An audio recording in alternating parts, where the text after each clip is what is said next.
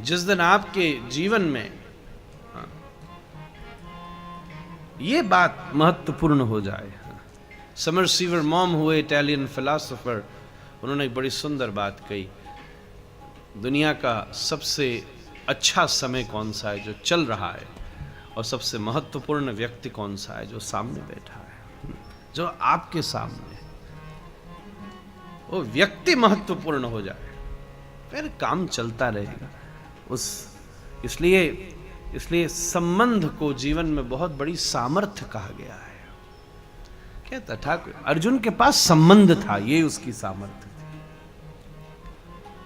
थी। एक बार हमसे प्रश्न किया गया माता, मैं इस पर बोला भी हूं पहले, कि महाभारत के युद्ध का निर्णय कब हुआ। बड़ा विचारणीय प्रश्न है। महाभारत का युद्ध चला, आप सब जानते हो, अंत में दुर्योधन के उरुदंड तोड़े गए, युधिष्ठिर को राज्य मिला।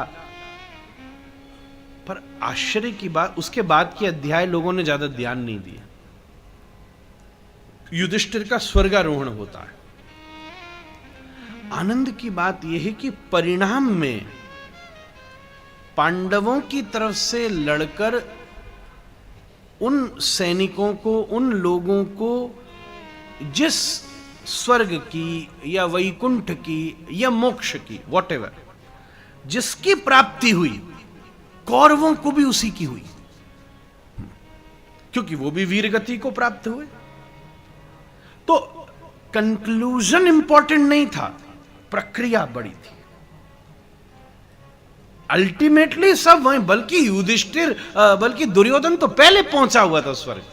बेचारा युधिष्ठिर तो बड़ी लंबी यात्रा करके गए स्वर्ग, पूरा बद्रीनाथ पहुंचे, वहां पहुंचे। वो तो बेचारा पहले वेलकम, आओ भैया आइए, आपका फ्लैट तैयार है, आओ।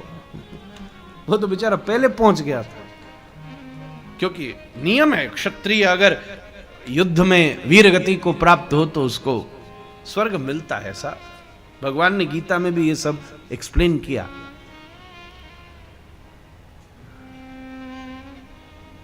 एक और बात है कि संजय ने गीता के अंतिम श्लोक में कहा, जीतेगा कौन? यत्र योगेश्वरो कृष्णो यत्र पार्थो धनुर्धर तत्र श्री विजयो भूतिर ध्रुवानीतिर्मतिर्मम।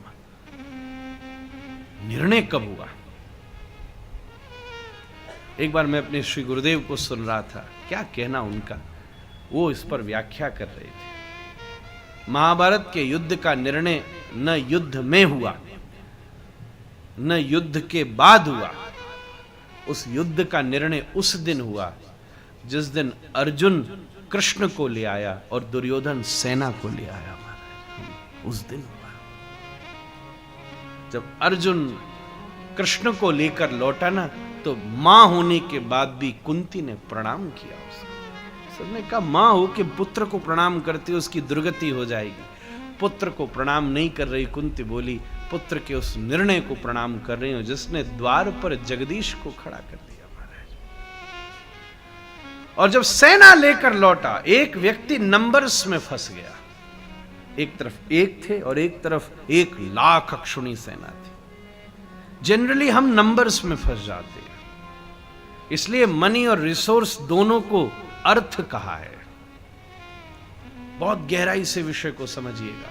और जब 1,00,000 अक्षुणी सेना लेकर दुर्योधन लौटा तो शकुनी ने भी उसे धिक्कार दिया, अरे मूर्ख तेने ये क्या किया? बोले वो तो कहता था मैं शस्त्र नहीं उठाऊंगा, तो मुझे क्या श्री कृष्ण से युद्ध में माखन चुरवाना था कि गाय चरवानी थी? अरे भाई तू यही रहे भाई, हाँ मैं ज्यादा जोश में आ गया। महाभारत का प्रसंग आए ना तो थोड़ा धनुष टूटेगा ही। बंसी वाला जब चक्र उठाता है तो फिर प्रलय आई जाती है थोड़ी बार।